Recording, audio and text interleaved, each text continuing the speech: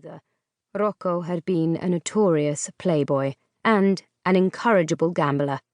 He had married a woman young enough to be his daughter when he was in his 50s, had fathered one son, and had expired 10 years later after over-exerting himself in another woman's bed. Gaetano reckoned he had been paying for his father's sins almost from the hour of his birth. At the age of 29, and one of the world's leading bankers, he was tired of being continually forced to prove his worth and confine his projects to the narrow expectations of the board. He had made millions for the Leonetti Bank. He deserved to be CEO. Indeed, Rodolfo's angry ultimatum that very morning had enraged Gaetano. "You will never be the chief executive of this bank until you change your way of life and settle down into being a respectable family man," his grandfather had sworn angrily. "I will not support your leadership with the board, and no matter how brilliant you are, Gaetano, the board always listens to me. They remember too well how your father almost brought the bank down with his risky ventures." Yet what, realistically, did Gaetano's sex life have to do with his acumen and expertise as a banker? Since when were a wife and children the only measure of a man's judgment and maturity? Gaetano had not the slightest interest in getting married. In fact, he shuddered at the idea of being anchored to one woman for the rest of his life, while living in fear of a divorce that could deprive him of half of his financial portfolio.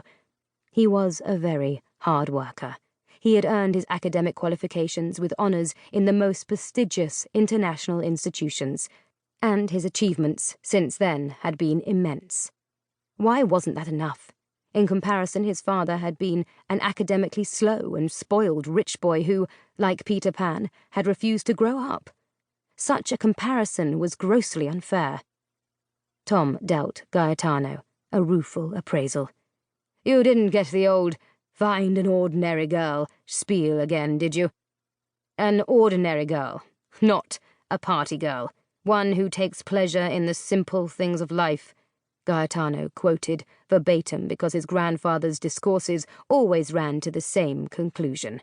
Marry, settle down, father children with a home-loving female, and the world would then miraculously become Gaetano's oyster, with little happy unicorns dancing on some misty horizon shaped by a rainbow.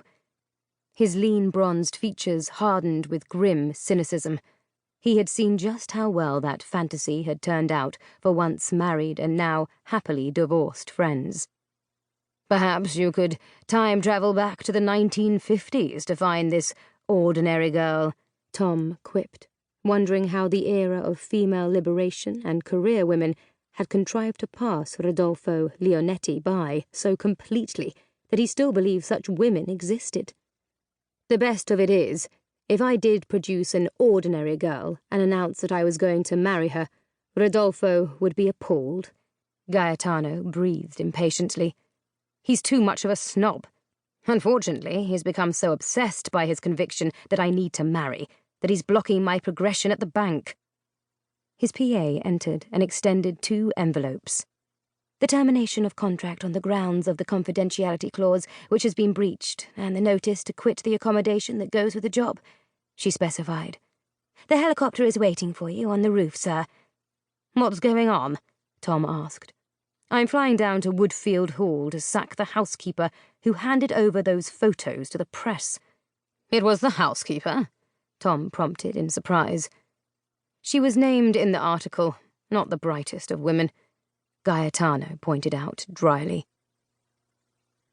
Poppy leapt off her bike, kicked the support into place and ran into the village shop to buy milk. As usual, she was running late, but she could not drink coffee without milk and didn't feel properly awake until she had had at least 2 cups. Her mane of fiery red gold curls bounced on her slim black-clad shoulders, and her green eyes sparkled. "Good morning, Francis," she said cheerfully to the rather sour-looking older woman behind the counter as she dug into her purse to pay. "I'm surprised you're so bright this morning," the shop owner remarked, in a tone laden with suggestive meaning. "Why wouldn't I be?" The older woman slapped a well-thumbed newspaper down on the counter and helpfully turned it round to enable Poppy